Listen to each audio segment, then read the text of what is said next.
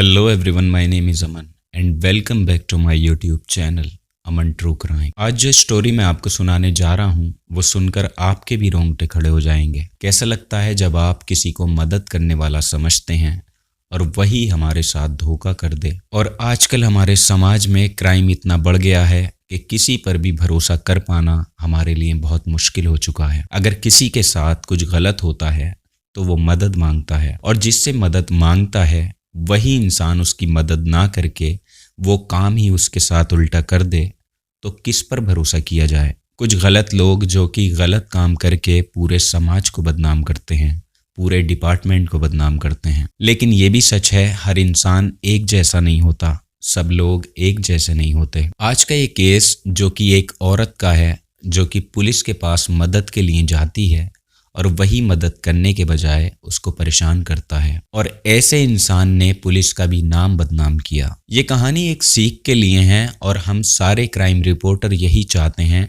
आप इन सब चीज़ों से सीख हासिल कर सकें।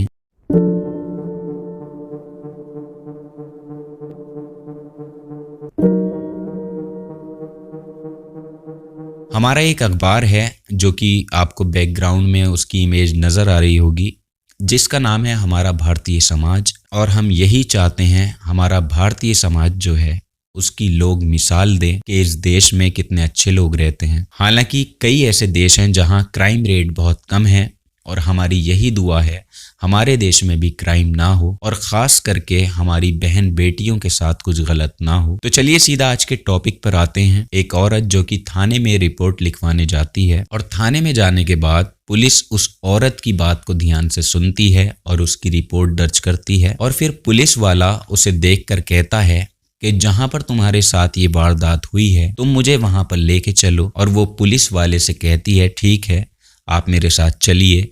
और ये महिला उस जगह पर उसे लेकर जाती है और वहां पहुंचने के बाद जो पुलिस वाला उसको इंसाफ दिलवाने के लिए लाया था वही उसके साथ नाइंसाफी करता है। वही सब कुछ वो पुलिस वाला भी उस औरत के साथ करता है। ये पुलिस वाला लगातार उस औरत को छूने की कोशिश कर रहा था, कभी उसके कपड़ों के अंदर हाथ डालता, कभी कुछ और हरकत करता और ये सिलसिला पूरी रात ऐसे ही चलता रहा। पूरी रात ये औरत उस पुलिस वाले के साथ रही। लेकिन सुबह होने के बाद किसी तरह से ये औरत वहां से भाग जाती है और एसपी साहब के पास पहुंचती है। एसपी साहब के पास पहुंचकर ये उनको अपनी पूरी कहानी सुनाती है। उस औरत की बात सुनकर एसपी साहब भी दंग रह जाते हैं कि एक पुलिस वाला ऐसी हरकत को अंजाम कैसे दे सकता है। इस बात को सुनकर सब हैरान थे, बल्कि जिसने भी इस घटना के बारे में सुना वो सोच में पड़ गया कि आखिर इंसान किस पर भरोसा करे।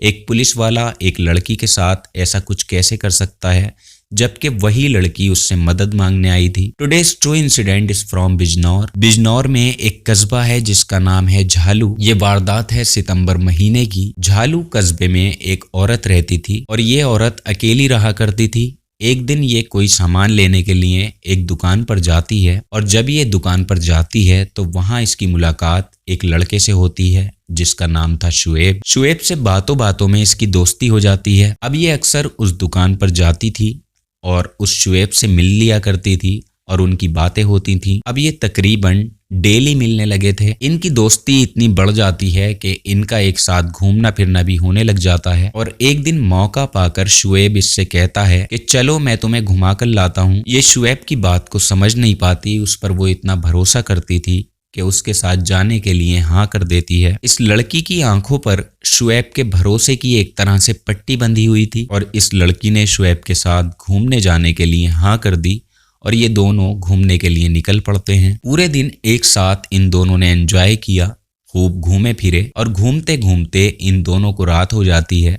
तब ये लड़की कहने लगती है कि मुझे अब घर जाना है, लेकिन शुएब कहता है कि आज तुम घर मत जाओ, तुम मेरे साथ ही रुक जाओ और हम कल सुबह को घर के लिए निकल पड़ेंगे। इस लड़की की समझ में कुछ नहीं आता। वो शुएब पर इतना भरोसा करती थी कि उसके साथ रुकने के लिए भी वो तैयार हो जाती है। ये थोड़ा सा भी नहीं सोचती कि एक लड़के के साथ उसका अकेले रुकना कितना गलत हो सकता है। और ये एक मसूरी के होटल में रूम बुक करते हैं।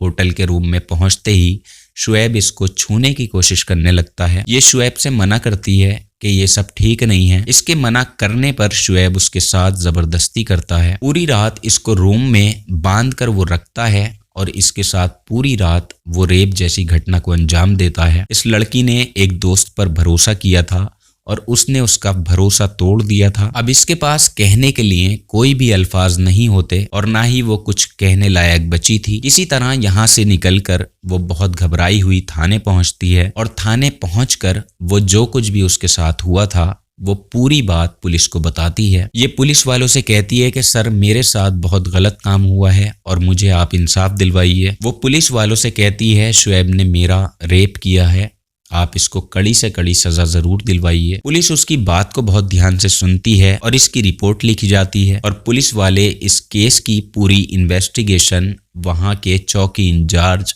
धर्मेंद्र सिंह को सौंप देते हैं। पुलिस वाले कहते हैं कि आप जाइए और पता कीजिए कि क्राइम सीन पर क्या हुआ था, वहां से अगर कोई एविडेंस मिलते हैं तो उनको कलेक्ट करके लाइए। अब ये सारी इन्वेस्टिगेशन धर्मेंद्र सिंह के पास आती है तो धर्मेंद्र सिंह उस औरत का फोन नंबर ले लेते हैं। धर्मेंद्र अपना नंबर भी उस औरत को दे देते हैं और कहते हैं कि अगर आपको कोई भी ज़रूरत हो या कोई भी बात याद आए तो आप मुझे बता देना, आप मुझे कॉल करके बता सकती हैं। धर्मेंद्र इस लड़की को काफ़ी भरोसा देते हैं तो वो उनके साथ कंफर्टेबल हो जाती है और इस वारदात के बाद 16 अक्टूबर की रात धर्मेंद्र का फोन उस लड़की के पास पहुंचता है। धर्मेंद्र सिंह इस लड़की से कहते हैं कि इस मामले में हमें जांच पड़ताल करनी है, हमें इन्वेस्टिगेशन करने के लिए क्राइम सीन पर पहुंचना होगा। आप अपने किसी भी रिश्तेदार या अपने दोस्त को लेकर मेरे साथ चलना। धर्मेंद्र सर की ये बात सुनकर वो लड़की कहती है ठीक है सर, मैं आपके साथ चलती हूँ और अगले ही दिन वो अपनी एक दोस्त को लेकर मसूरी पहुंच जाती है, जहां धर्मेंद्र पहले ही अपनी टीम के साथ मौजूद था और उस टीम में धर्मेंद्र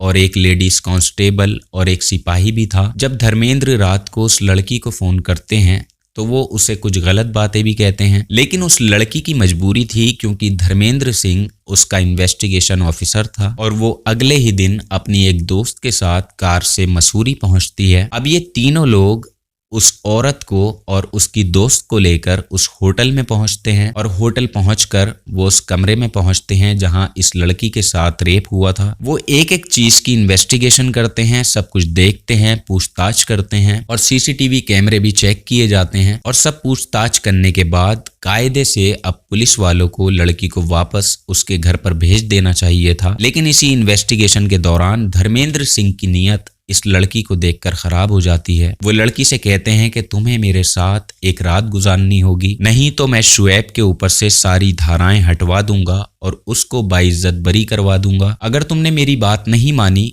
तो मैं तुम्हें ही गलत साबित कर दूंगा। अब ये धर्मेंद्र की बातें सुनकर बहुत ज्यादा घबरा जाती है और वो सोचती है कि अब मैं करूं तो क्या करूं। धर्मेंद्र की बातें सुनकर उनके दोनों साथी वहां से चले जाते हैं। धर्मेंद्र सिंह इस लड़की से कहता है कि अगर तुम्हें अपने केस में इन्वेस्टिगेशन आगे बढ़वानी है तो तुम्हें मेरी बात माननी होगी। ये सब सुनने के बाद उस लड़की के पैरों तले जमीन खिसक जाती है। उससे कहा जाता है शुएब को बेगुनाह साबित कर दिया जाएगा, उल्टा मैं तुम्हें ही एक धंधा करने वाली महिला साबित कर दूंगा और जो भी मैं कहूंगा वो तुम्हें करना होगा। वो लड़की पुलिस वाले की बात सुनकर बहुत ज्यादा घबरा जाती है और कुछ नहीं कह पाती और वो मजबूरन उसके साथ उस रात वहीं रुक जाती है। पूरी रात ये उस लड़की के साथ अश्लील हरकतें करता रहता है और अगले दिन सुबह धर्मेंद्र उसको दिल्ली ले जाने के लिए कहता है, लेकिन ये लड़की दिल्ली जाने के लिए मना कर देती है। तब वो अगली सुबह उस लड़की को लेकर देहरादून चला जाता है। देहरादून जाकर वो एक होटल में रूम लेता है और वहां जाकर भी धर्मेंद्र उसके साथ उल्टी सीधी हरकतें करता है। कभी उसके कपड़ों में हाथ डालता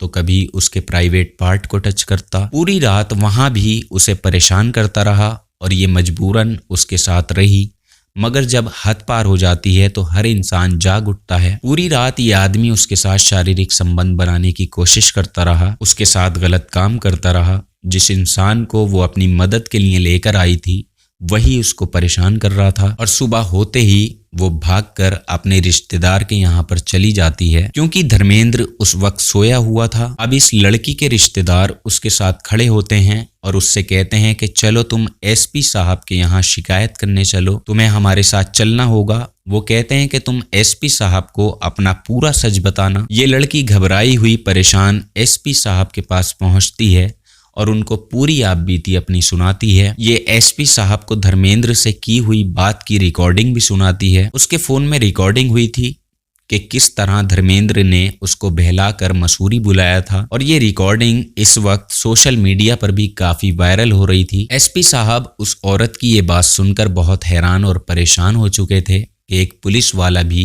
एक लड़की के साथ ऐसा काम कर सकता है। अगर पुलिस भी जनता के साथ ऐसा करेगी तो जनता किसके पास इंसाफ मांगने जाएगी। ऐसे एक ऑफिसर की वजह से पुलिस का पूरा महकमा बदनाम हो रहा था, लेकिन उसके सामने पुलिस ने अब उसकी पूरी बात सुनी और उसके पूरे केस पर अच्छे से इन्वेस्टिगेशन की गई। उन्होंने शुएब की गिरफ्तार करवाया और धर्मेंद्र सिंह को भी सस्पेंड कर दिया गया। तो ये थी आज की अजीब घटना। इसको लेकर आपकी अगर कोई राय हो तो आप हमें नीचे कमेंट सेक्शन में लिख सकते हैं। अगर आप ट्रू क्राइम सुनना पसंद करते हैं तो आप मेरे साथ जुड़ सकते हैं, चैनल को सब्सक्राइब कर सकते हैं। We meet you soon with new incident. Take care of your self. Jai Hind.